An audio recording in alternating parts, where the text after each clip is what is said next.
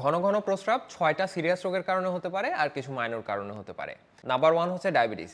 Diabetes রোগীদের হয় insulin কাজ করে না, না হয় ইনসুলিন তৈরি হয় না। ফলে কি হয়, আমাদের রক্তের যে গ্লুকোজ, সেই গ্লুকোজটা মাংসের মধ্যে ঢুকতে পারে না। ফলে কি হয়, রক্তে গ্লুকোজের পরিমাণ বাড়তে থাকে।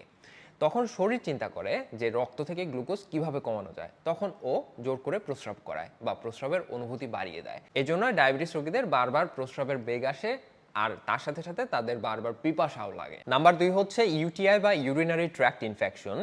এটা হলে কি হয়, আমাদের যে মূত্রথলি বা মূত্রথলি থেকে যে লাইনের মাধ্যমে বা নলের মাধ্যমে প্রস্রাবটা শরীরের বাহিরে বের হয়, এই নলে বা ওই মূত্রথলিতে বা আরও উপরের দিকেও যেতে পারে, এইখানে যদি ইনফেকশন হয় তখন এই ইউটিআই হয়।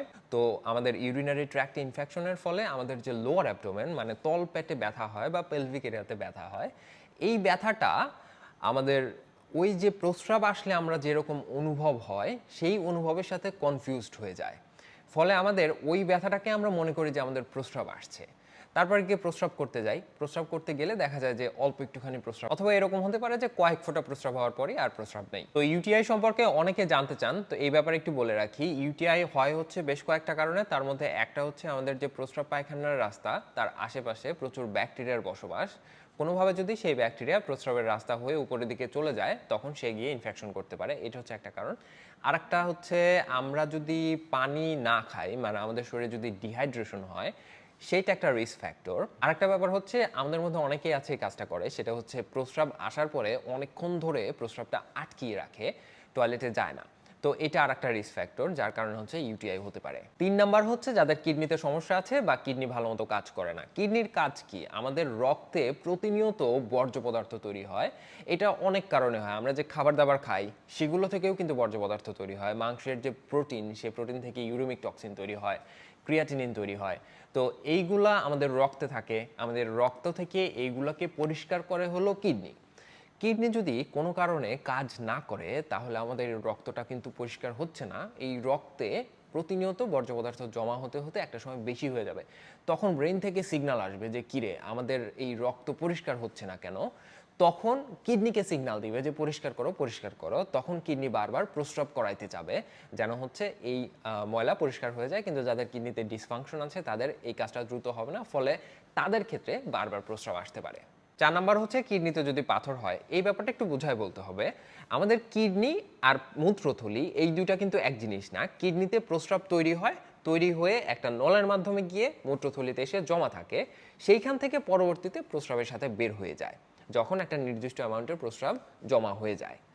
কিডনি থেকে কিন্তু কন্টিনিউয়াসলি প্রস্রাব তৈরি হতে থাকে এবং সেটা কন্টিনিউয়াসলি ওই ব্যাগের মধ্যে ভরতে থাকে, যেটাকে আমরা ব্লাডার, ইউরিনারি ব্লাডার বা হচ্ছে মূত্রথলি বলি। কিডনিতে যদি পাথর হয় এবং সেই পাথরটা ইউরিনারি ট্র্যাক্ট বেয়ে ধীরে ধীরে মূত্রথলির দিকে যেতে থাকে বা মূত্রথলি পর্যন্ত যায়, সেই ক্ষেত্রে হচ্ছে বারবার প্রস্রাবের অনুভূতি হবে এবং প্রস্রাব করার সময়ও ব্যথা অনুভূতি হবে। 5 নাম্বার হচ্ছে যদি প্রোস্টেট বড় হয়ে যায়।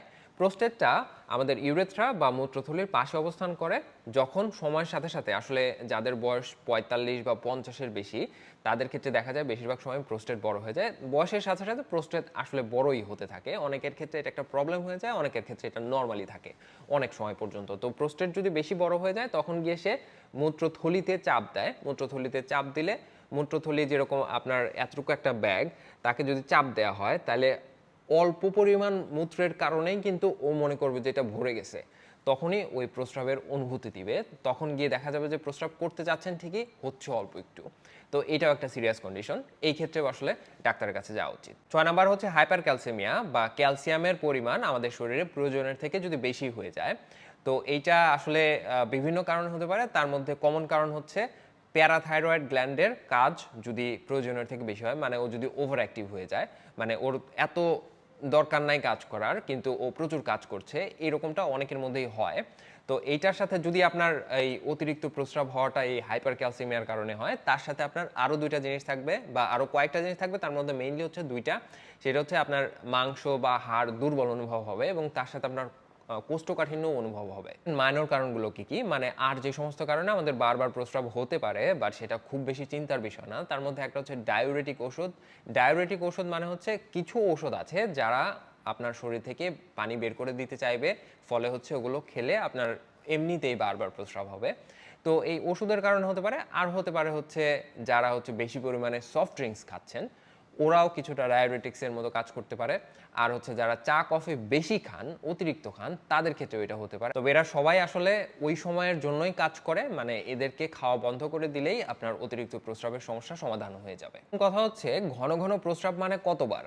একজন মানুষ যদি সারাদিনে 1.5 থেকে 2 লিটার পানি খায় তাহলে তার সারাদিনে 8 বারের বেশি প্রস্রাব হওয়ার কথা না। যদি হয় সেটাকে আমরা বলতে পারি ঘন ঘন প্রস্রাব হচ্ছে। তো তার মানে হচ্ছে অতিরিক্ত প্রস্রাব হওয়া মানে আপনি অসুস্থ না। অতিরিক্ত প্রস্রাবের সাথে যদি আপনার আরো বিভিন্ন জিনিসপত্র যেরকম কোমরের সাইডে বা পেছনে ব্যথা করে, জ্বর আসে, অতিরিক্ত ক্ষুধা লাগে বা পানি পিপাসা লাগে, তারপরে প্রস্রাবের সাথে রক্ত যায় বা প্রস্রাবের কালার অন্যরকম হয়, এই ধরনের বিষয়গুলি যদি থাকে এবং তার সাথে তলপেটে ব্যথা থাকে, তাহলে হচ্ছে আপনি ডাক্তারের কাছে যাবেন, ডাক্তার চিকিৎসা করলে আপনি ভালো হয়ে যাবেন। এই হচ্ছে মূল ব্যাপার। ভালো থাকবেন সবাই। আসসালামু আলাইকুম।